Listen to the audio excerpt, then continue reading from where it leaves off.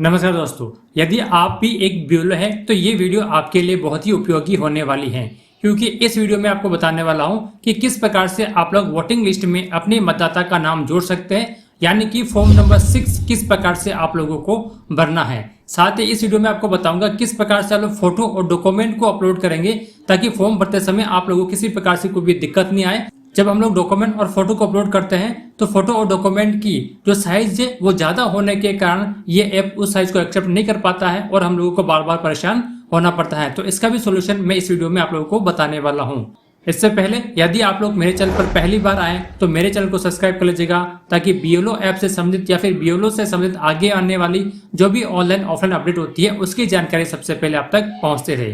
तो सबसे पहले आप लोगों को अपनी BYOLO ऐप को ओपन कर लेना है, अपने मोबाइल नंबर और OTP डालकर फिल कर लेना है और फिल करने के बाद में आपकी स्क्रीन पर इस तरह का होम पेज ओपन हो जाता है। यहाँ से आप लोगों को सीधा फॉर्म पे क्लिक करना है। तो इस प्रकार से यहाँ पर सारे फॉर्मों की लिस्ट आपकी स्क्रीन पे शो हो जाएगी। आप लोगों को फॉर्म नंबर 6 बनने के लिए यहाँ पर देखिए एक ऑप्शन में आपको मिलेगा form number 6 register as a new elector and voter. आपको सिंपल इस वाले ऑप्शन पे क्लिक कर देना है। उसके बाद में इस तरह का इंटरफेस आएगा। यहाँ से आपको सेलेक्ट सेक्शन और नाम के लिए कहेगा, क्योंकि आपकी भाग संख्या के अंदर हो सकता है कि 3 से 4 सेक्शन हो, तो उस सेक्शन में से वो जो मतदाता जिसको कि आप लोग जोड़ रहे हैं वो किस सेक्शन के अंतर्गत आता है। तो यहाँ से आपको उसको सिलेक्ट कर लेना है। तो जैसे यहाँ पर मैंने सेक्शन सेलेक्ट कर लिया है उसके बाद में आपको फिल फॉर्म नंबर 6 इस पे क्लिक कर देना है। क्लिक करने के बाद में यहाँ से आपको नेक्स्ट कर देना है। नेक्स्ट करने के बाद में यहाँ पर आप लोगों को उस मतदाता का नाम फिल कर देना है। जैसे आप लोग मतदाता का नाम अंग्रेजी में लिखेंगे, यहाँ से ऑटोमेटिक हिंदी में नीचे ड्रॉप डाउन हो जाएगा। यहाँ से आपको सिलेक्ट कर लेना है। एक चीज और यहाँ पर मैं आप लोगों को बता देता हूँ, यदि यहाँ पर ड्रॉप डाउन में किसी भी प्रकार का जो आप लोग ऊपर नाम लिखते हैं और वो जो नीचे नाम कुछ गलत आ जाता है तो आपको क्या करना है, यहाँ से उसको वापस मिटा देना है और मिटाने के बाद में आप लोगों के अपने फोन के अंदर एक गूगल कीबोर्ड होता है उसको डाउनलोड कर लेना है और यहाँ से आप लोग फिर से उसका नाम यहाँ से सही लिख देना है। क्योंकि कभी कभार क्या होता है कि जो नाम हम लोग अंग्रेजी में टाइप करते हैं वो इसका हिंदी में सही तरीके से अनुवाद नहीं कर पाता है। इस कारण से यदि उसको हम लोग यहाँ से हटाकर सही तरीके से टाइप नहीं करेंगे तो वो गलत ही वोटर ID कार्ड में छपकर आ जाएगा। उसके बाद में आप लोगों को फोटो अपलोड करनी होती है। तो फोटो भी यहाँ पर आपको ध्यान में रखना है कि 2 MB से ज्यादा की नहीं होनी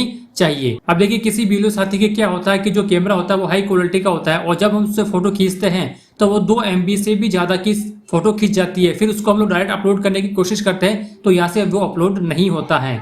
तो अगर ऐसा कोई BYOLO साथी है तो पहले तो आप लोग काम कर सकते हैं, उस कैमरे की जो सेटिंग है उसमें जाकर आप लोगों को जो क्वालिटी है वो थोड़ी सी लो कर देनी है। यदि आप लोग क्वालिटी को लो नहीं करते हैं तो भी एक तरीका है। देखिए आपको यहाँ से चूज फाइल पे क्लिक करना है। अब यहाँ से आप लोगों को फोटो 2 तरीके से अपलोड कर सकते हैं। टैग फोटो, यानी कि आप लोग टैग फोटो पे क्लिक कर हाथों हाथ उस मतदाता की फोटो खींच सकते हैं, यानी जो पासपोर्ट साइज फोटो लेके आएगा उसकी फोटो खींच सकते हैं। साथ में चूज इमेज फॉर गैलरी, यानी कि आप लोग पहले से ही उस मतदाता की फोटो खींचकर आप लोग अपने फोन में सेव कर लीजिएगा। तो यहाँ से देखिए मैंने फोटो सिलेक्ट कर ली है। अब देखिए यहाँ से मैंने फोटो सिलेक्ट कर ली है। अब फोटो सिलेक्ट करने के बाद में हमको थोड़ी सी साइज कम करनी है। तो इसके लिए आप लोग क्या करेंगे, जो 3:4 वाला ऑप्शन दिख रहा है ना, इसको आप थोड़ा सा क्लिक कर लीजिएगा और क्लिक करने के बाद में ये जो फोटो है इस फोटो को, ये जो आप लोगों को बॉक्स बना रखा है इस बॉक्स के बराबर कर दीजिएगा। इससे क्या होगा, फोटो की साइज ऑटोमेटिक ही कम हो जाएगी और आपको फोटो अपलोड करते समय किसी भी तरह की परेशानी नहीं आएगी। सिंपल इसको हम लोग ऐसे राइट कर देते हैं तो यहाँ से फोटो अपलोड हो जाएगी। फोटो अपलोड होने के बाद में नीचे हम लोग स्क्रॉल करते हैं। यहाँ पर देखिए रिलेटिव का नाम आप लोगों को टाइप कर देना है।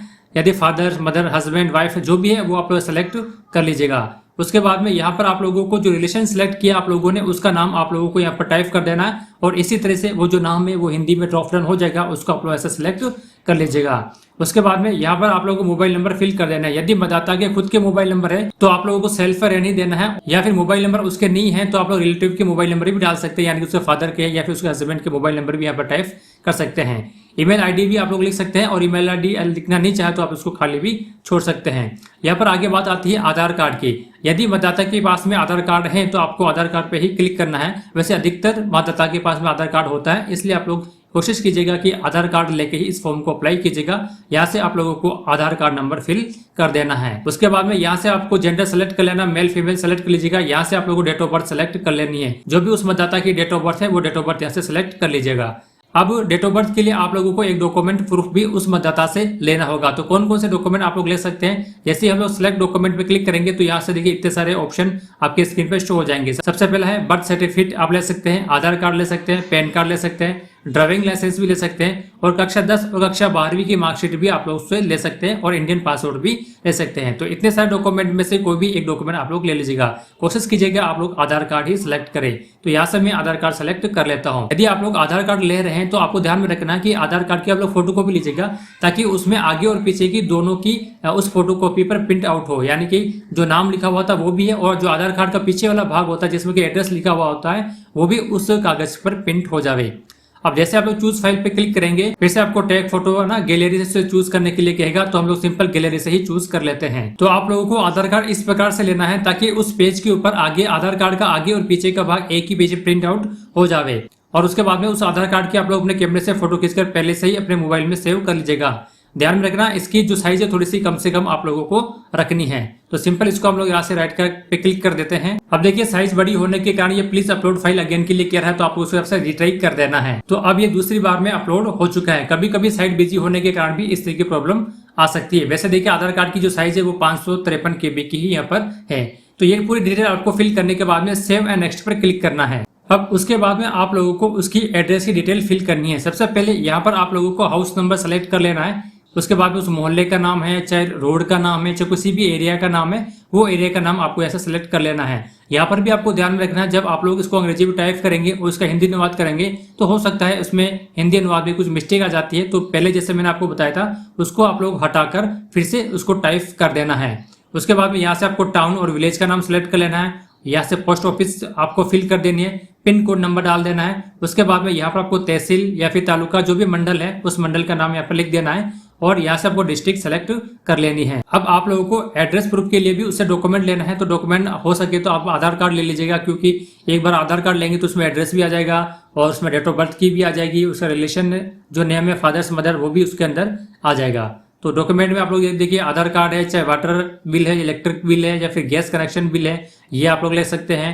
है ना, करंट पासबुक ले सकते हैं, किसी भी बैंक की पासवर्ड भी आप लोग यहाँ से ले सकते हैं। और यहाँ से नीचे 2-3 और ऑप्शन दे रखे हैं। तो मोस्टली यहाँ पर हमको आधार कार्ड मिल जाता है, तो यहाँ से हम लोग आधार कार्ड सेलेक्ट कर लेंगे और फिर से चूज फाइल पे क्लिक कर आधार कार्ड को सिलेक्ट कर लेंगे। एड्रेस फिल करने के बाद में आपको सेव नेक्स्ट पे क्लिक कर देना है। अभी यदि वो मतदाता किसी भी डिसेबिलिटी से ग्रसित है, यानी कि वो लोकोमोटिव है, विजुअल से संबंधित है, उसको दिखाई नहीं देता है, या फिर डीफ एंड डम्फ है, या फिर अदर है, जैसे कि मान लीजिए कोई विकलांग है तो आप लोग यस विकलांग के ऑप्शन पे सेलेक्ट कर सकते हैं। उसके बाद में वो कितना % उसके विकलांग का सर्टिफिकेट बना हुआ। ध्यान रखना आपको विकलांग सिर्फ उन्हीं को मानना है जिसके पास में सर्टिफिकेट हो। तो मान लीजिए 40% से ऊपर का होना कंपलसरी है, तो जो भी उसका डिसेबिलिटी का परसेंटेज है वो परसेंटेज यहाँ से आपको टाइप कर देना है। यदि आप लोग उसका सर्टिफिकेट अटैच करना चाहते हैं तो आप लोग यस पे क्लिक कर उसको डॉक्यूमेंट को यहाँ से अपलोड कर सकते हैं। आप चाहो तो उसको अपलोड नहीं करें तो भी चल जाएगा। तो फिलहाल यहाँ से मैं इसको हटा देता हूँ। उसके बाद में आपको यहाँ पर सेव नेक्स्ट पे क्लिक कर देना है। अब उसके बाद में देखिए फैमिली डिटेल आपको थोड़ी सी फिल करनी है, जैसे नेम ऑफ फैमिली मेंबर। जो मतदाता आपसे नाम जुड़वाना चाहता है उसके फैमिली का कोई भी मेंबर पहले से उस वोटिंग लिस्ट में जुड़ा हुआ है तो उसका नाम आपको ऐसे टाइप कर देना है। और उसके बाद में यहाँ से आपको उसका रिलेशनशिप सेलेक्ट कर देना है, फादर्स मदर हस्बैंड वाइफ कुछ भी आप लोग कर सकते हैं उस मतदाता के अनुसार। और उसका जो पहचान पत्र नंबर है जिसे कि हम लोग एपिक नंबर कहते हैं, वो एपिक नंबर भी आप लोग उस पर फिल कर दीजिएगा। इससे ये फायदा होगा कि ये जो मतदाता है इसकी वोटिंग लिस्ट में जहां पर इसका परिवार के सदस्य जुड़े हुए हैं वो उसी के साथ में अटैच हो जाएगा। यदि आप लोग यहाँ से इसको फिल नहीं करते हैं तो वो मतदाता किसी भी जगह पर ऐड हो जाएगा, जिससे वोटिंग लिस्ट में एक ही फैमिली के मेंबर को ढूंढने में थोड़ी सी परेशानी हो सकती है। इसलिए जब भी आप लोग फॉर्म नंबर 6 भरे तो उस मतदाता का जो हाउस नंबर पहले से कितना लिखा हुआ है वही हाउस नंबर आप लोगों को एड्रेस भरते समय आपको फिल करना है, ताकि उसी हाउस नंबर के अनुसार वो जो मतदाता है वो वोटिंग लिस्ट में उसके परिवार के सदस्य के साथ ऐड हो जावे। तो ये आपको फिल करने के बाद में सेव नेक्स्ट पर क्लिक करना है। आप लोग चाहे तो इसको खाली भी छोड़ सकते हैं, लेकिन खाली नहीं छोड़े तो ज्यादा बेटर रहता है। उसके बाद में यहाँ से आप लोगों को डिक्लेरेशन फॉर्म आप लोगों को भरना होता है। तो डिक्लेरेशन फॉर्म में क्या देखिए, I am citizen of Indian and place of the birth, यानी कि उस मतदाता का जन्म स्थान कहाँ है वो आप लोग जन्म स्थान लिख दीजिएगा।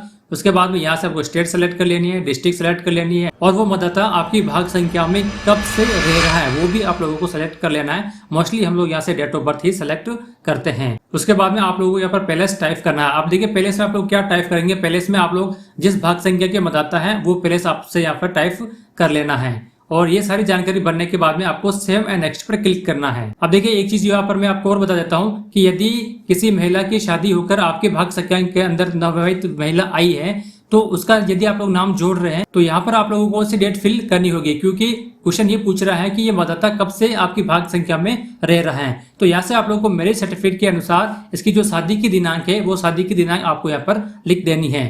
और यदि लड़का है और यदि लड़की है और उसी भाग संख्या की मतदाता है तो आपको यहाँ पर डेट ऑफ बर्थ सेलेक्ट कर लेनी है। तो डिक्लेरेशन फॉर्म आपको भरने के बाद में सेव नेक्स्ट पर क्लिक करते हैं तो आप लोगों को अपने फॉर्म का पूरा प्रीव्यू यहाँ पर शो होने लग जाता है। उसको आप लोग एक बार अच्छी तरह से चेक कर लीजिएगा कि किसी प्रकार की कोई स्पेलिंग मिस्टेक तो नहीं रह गई है। यदि किसी प्रकार की स्पेलिंग मिस्टेक रहती है तो आप लोगों की एडिटिंग पे क्लिक कर उसको वापस से सही कर सकते हैं। अब आप लोग ये देखना चाहते हैं कि उस मतदाता का पहचान पत्र किस प्रकार का बनेगा, तो यहाँ पर देखिए एपिक लिखा हुआ, इस एपिक पे आप लोग क्लिक करेंगे तो यहाँ पर इस प्रकार से उस मतदाता का पहचान पत्र बनकर आएगा। तो यहाँ से भी आप लोगों को नाम है ना, father's name, date of birth check कर सकते हैं कि किसी प्रकार की कोई गलती तो नहीं है। तो यदि सारी जानकारी सही है तो आपको सिंपल सबमिट करना है। जैसे आप लोग सबमिट करेंगे आपके स्क्रीन पर एक रेफरेंस नंबर शो हो जाएगा। उस रेफरेंस नंबर को आप लोग अपने रजिस्टर या फिर कुछ आपने फॉर्मेट बना रखा होगा उसमें आप लोगों को नोट कर लेना है। तो अब आप लोग इस रेफरेंस नंबर से इस फॉर्म को आप लोग ट्रैक भी कर सकते हैं कि फॉर्म कहाँ तक पहुंचा है, यानी कि तहसील स्तर से अप्रूव हुआ कि नहीं हुआ, डिस्ट्रिक्ट स्तर से अप्रूव हुआ कि नहीं हुआ, ये भी आप लोग उसको देख सकते हैं। तो इसके लिए आपको क्या करना है, फिर से होम पेज पे आना है। होम पेज पे आने के बाद में फिर से फॉर्म वाले ऑप्शन पे क्लिक करना है और यहाँ से देखिए ट्रैक एप्लीकेशन स्टेटस, इस पे आप लोग क्लिक करना है। यहाँ से आपको रेफरेंस नंबर फिल कर देना है और ट्रैक स्टेटस पे क्लिक करेंगे तो इस रेफरेंस के अनुसार आपका फॉर्म कहाँ तक पहुंचा है उसकी डिटेल आपकी स्क्रीन पे शो हो जाएगी। तो इस प्रकार से आप लोग BLO ऐप से फॉर्म नंबर 6 भर सकते हैं। यहाँ पर मैंने पूरी जानकारी आप लोगों को बता दी है। इससे संबंधित यदि और भी कुछ डाउट है तो आप लोग वीडियो के कमेंट बॉक्स में पूछ सकते हैं। यदि वीडियो अच्छी लगी तो लाइक एंड शेयर कीजिएगा और यदि आप लोग मेरे चैनल पर पहली बार आए तो मेरे चैनल को सब्सक्राइब कर लीजिएगा ताकि BLO ऐप से संबंधित आगे आने वाली जो भी ऑनलाइन अपडेट होती है उसकी जानकारी सबसे पहले आप तक पहुंचती रहे।